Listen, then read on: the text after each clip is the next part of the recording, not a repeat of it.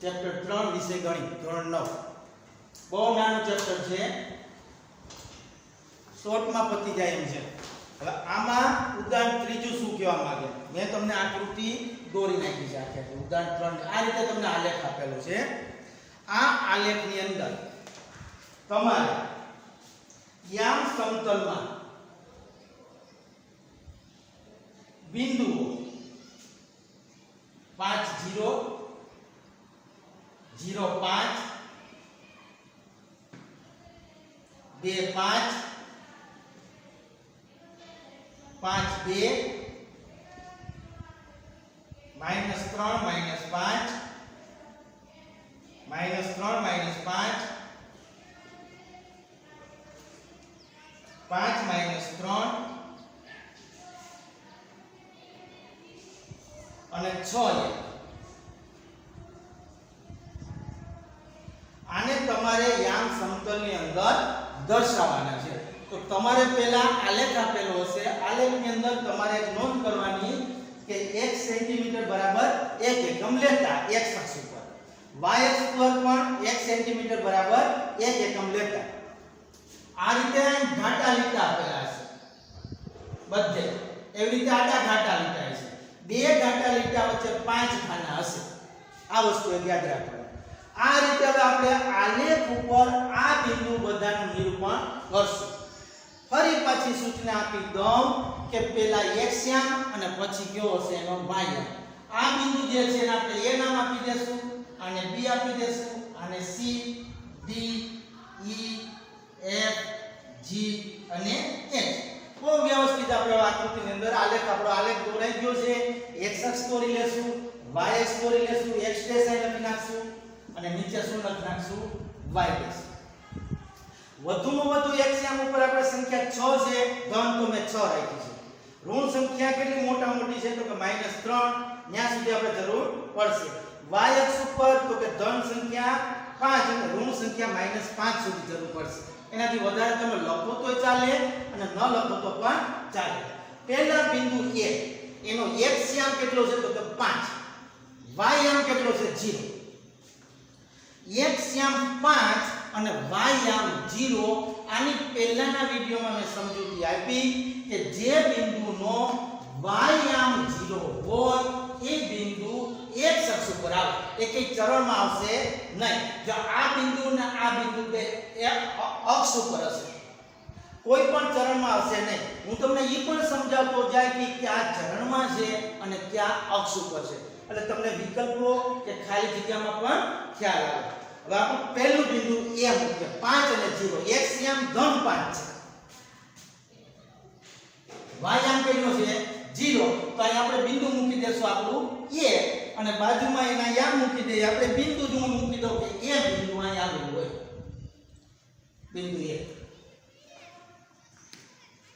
હવે એના યામ બાજુમાં મૂકવાય તો તમે મૂકી શકો 5 અને 0, જરૂર છે નહીં. હવે આનાથી વધારે એક પ્રશ્ન તમને પૂછે કે 5 અને 0 બિંદુ પ્રથમ ચરણમાં આવેલું છે, ખરું કે ખોટું? તો તમે શું લખશો? ખોટું. ચરણ ઉપર છે નહીં, કોના ઉપર છે? x અક્ષ ઉપર. આનાથી આગળ પૂછે કે બિંદુ 5 અને 0 કયા અક્ષ ઉપર છે, તો કયા અક્ષ ઉપર આવશે? આ x અક્ષ ઉપર. હવે 0 અને 5 એના y યામ શું આપ્યા છે 5, x યામ 0. તો આપણું બિંદુ b જે છે ક્યાં આવશે? આ બિંદુ b બતાવી શકશો y અક્ષ ઉપર. હવે તો ખ્યાલ આવી ગયો ને, y અક્ષ પર. c બિંદુ બતાવવાનું છે 2 અને 5. તો 2 અને 5 તમારે આગળ વધી જવાનું, 2 થી આગળ વધો અને 5 અહીં આપણું બિંદુ કયો આવશે તો કે c. યામ લખવા હોય તો ચાલે, ન લખો તો ચાલે, કારણ કે યામ ત્યાં બધા આપી દીધા છે. અત્યારે હું ત્યાં સમજાવતો નથી, તમારે ત્યાં મૂકતા જવા હોય તો 2 અને 5 મૂકી શકો. એનાથી આગળ હું તમને પૂછું કે આ કયા ચરણમાં આવેલું છે, તો તમે શું જવાબ આવશો? કયા ચરણમાં બિંદુ c તમને દેખાય છે? તો કે પ્રથમ ચરણમાં છે, પ્રથમ ચરણ. હવે 5 અને 2, x યામ 5 અને y યામ 2, કયું બિંદુ થશે? d થશે. 5 એટલે અહીંથી આગળ વધવાનું, 2 આ માટું જ્યાં 2 આવે ત્યાં મૂકી દો. આ આપણું બિંદુ કયું આવશે ડી બિંદુ ડી પણ કયા ચરણમાં આવેલું છે તો કે પ્રથમ ચરણમાં પ્રથમ ચરણની અંદર કોઈ પણ બિંદુ આવેલા હોય તો એ બંને બિંદુના x યામ પણ ધન હોય અને y યામ પણ શું હશે ધન હવે ત્રીજું ઈ બિંદુ મૂકવું છે -3 અને 5 તો -3 અને 5 -3 અને 5 આ બિંદુ કયો આવશે ઈ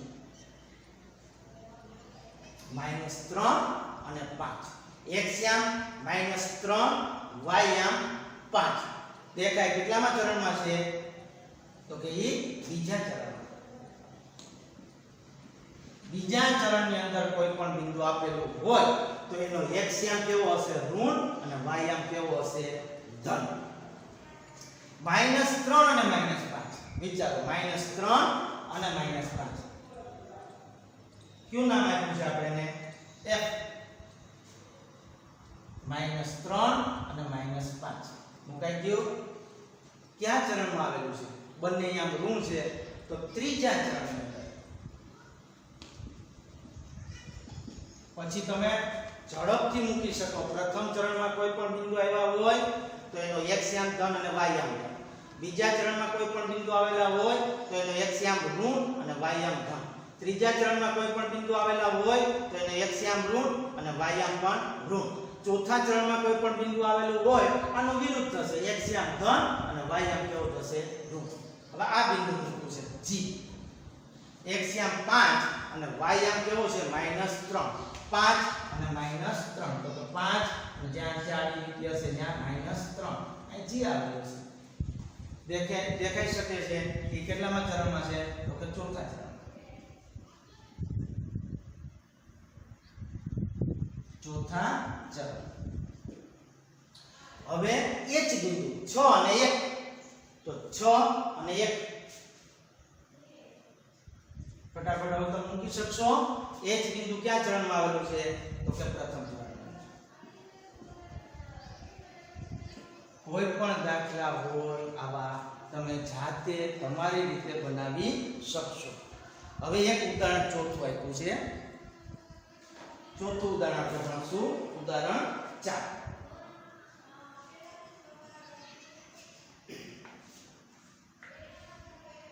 ઉદાહરણ 4 ની અંદર તમને એક કોઠો આપેલો છે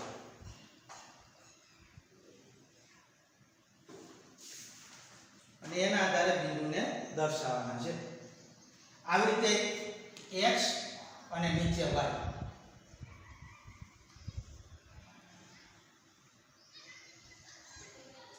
x યામ -3 y યામ 7 x યામ 0 y યામ -3.5 x યામ -1 y યામ -3 આ 4 અને અહીં પણ કેટલા થશે 4 2 અને અહીં શું થશે -3 પ્રશ્ન આ રીતે છે યામ સમતલમાં નીચેની ક્રમયુક્ત જોડ xy દર્શાવો સ્કેલમાં 1 સેન્ટીમીટર બરાબર 1 એકમનો ઉપયોગ અક્ષો પર કરો હવે યામ સમતલમાં દર્શાવવાના છે એટલે આ બધું ચેકી નાખો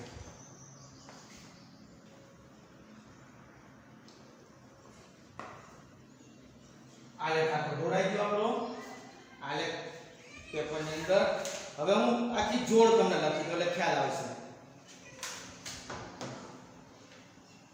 પહેલા એક શ્યામ લખશું તો પહેલી જોડ તો કે -3 અને 7 આગળના જેવો જ દાખલો છે પછી 0 અને -3.5 પછી એક શ્યામ લખવાનું પછી y યામ -1 અને -3 પછી 4 2 અને -3 આ બધાને હવે આપણે આલેખ ઉપર દર્શાવવાના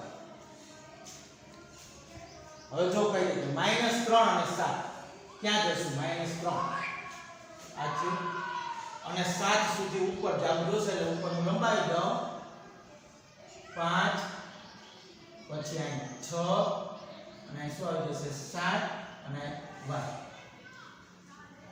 માઈનસ જો પહેલા મેં શું લખ્યું તો કે એનો x યામ લખ્યો પછી શું લખ્યો y યામ x યામ y યામ આ રીતે લખવાનું કેર એટલો કાંઈ તમને આખો કોઠો જ આપ્યો અને આલેખ ઉપર આ ક્રમયુક્ત જોડો જે છે એને બતાવવાનું છે.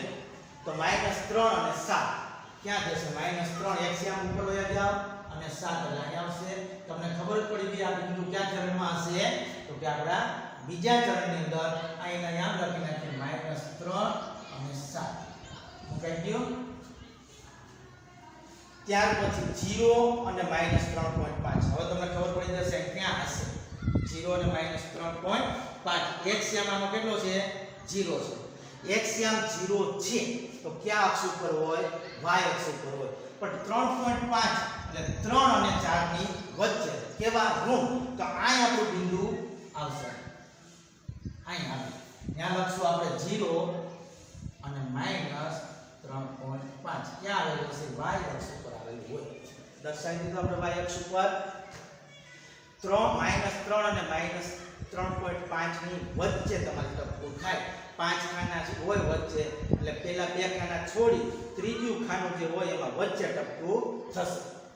હવે ક્યાં ચરણમાં બિંદુ આવ્યું? તો તમે જવાબ આપશો કે એક પણ ચરણમાં આવેલું નથી.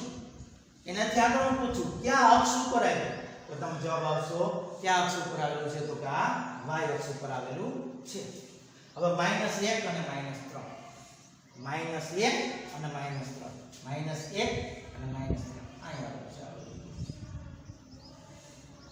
ક્યાં ચરણમાં આવેલું દેખાય? કેટલામાં ચરણમાં આવેલું છે? તો કે ત્રીજા ચરણની અંદર. એનાથી આગળ 4 અને 4 મૂકી શકો કે ન મૂકી શકો? 4 અને 4 આ આપણું બિંદુ x આમ 4 અને y આમ પણ શું છે? 4 અને 4 જે છે એ આપણું બિંદુ કયા ચરણમાં આવેલું છે? પ્રથમ ચરણની અંદર આવેલું છે. 2 અને -3 2 અને -3 2 અને -3 આ બિંદુ આવશે અહીં. તો કે 2 અને -3 ક્યાં ચરણમાં આવેલું છે? તો કે ચોથા ચરણમાં. આ તમારું ત્રીજું અને ચોથું ઉદાહરણ 2 હતું. આ રીતે હવે તમે આવા જાતે પણ દાખલા બનાવી શકો. આલેખ ઉપરથી હું તમને એમ કહું કે બિંદુ અહીં નામ આપી દો a. આવી રીતે આલેખ હોય કે બિંદુ a ના નામ લખો તો તમે હવે ઊંધું વિચાર આ રીતે નામ આપી દે કે આ બિંદુ a છે.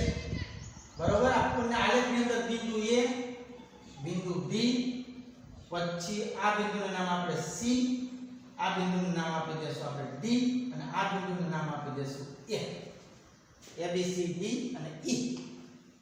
ઊંધું પૂછ્યું હોય આવી રીતે તમને આલેખ પેપરની અંદર આવી રીતે બિંદુ આપેલા હોય અને ઈ ક્યાં ચરણમાં આવેલા છે એમ પૂછ્યું હોય અથવા ક્યાં અક્ષ ઉપર આવેલા હોય તો તમે કે જે બિંદુના યામ 4 અને 4 હોય 4 અને 4 તો આ બિંદુ કયા ચરણમાં હશે? તો કે પહેલા ચરણમાં. તમને આખું આનાથી ઊંધું પૂછ્યું આ ન આપ્યા હોય અને આપ કીધું કે એક બિંદુના યામ 4 4 છે તો કયા ચરણમાં થશે? તો કે પહેલા ચરણમાં. એક બિંદુના યામ -3 અને 7 છે તો ક્યાં થશે? બીજા ચરણમાં. એક બિંદુના યામ -1 અને -3 છે તો ક્યાં થશે? એ ત્રીજા ચરણમાં. એક બિંદુના યામ -2 અને -3 છે તો ક્યાં થશે? ચોથા ચરણમાં. એક બિંદુના યામ 0 અને -3.5 છે તો ક્યાં થશે? એ y અક્ષ પર થશે. હવે હું તમને આવા થોડા જાતે તમે દાખલા ગણો ને એટલે થોડું હોમવર્ક આપું કે તમારે આલેખ પેપર ઘરે લેવાનું છે અને આલેખ ઉપર નીચેના જે બિંદુ લખું એને તમારે દર્શાવવાના છે. બે દાખલા આપું છું. બીજો એક દાખલો આપું કે એના હું યામ આપી દઉં અને ક્યાં ચરણમાં હોય એ બતાવો. પહેલું હોમવર્ક નીચેના બિંદુઓને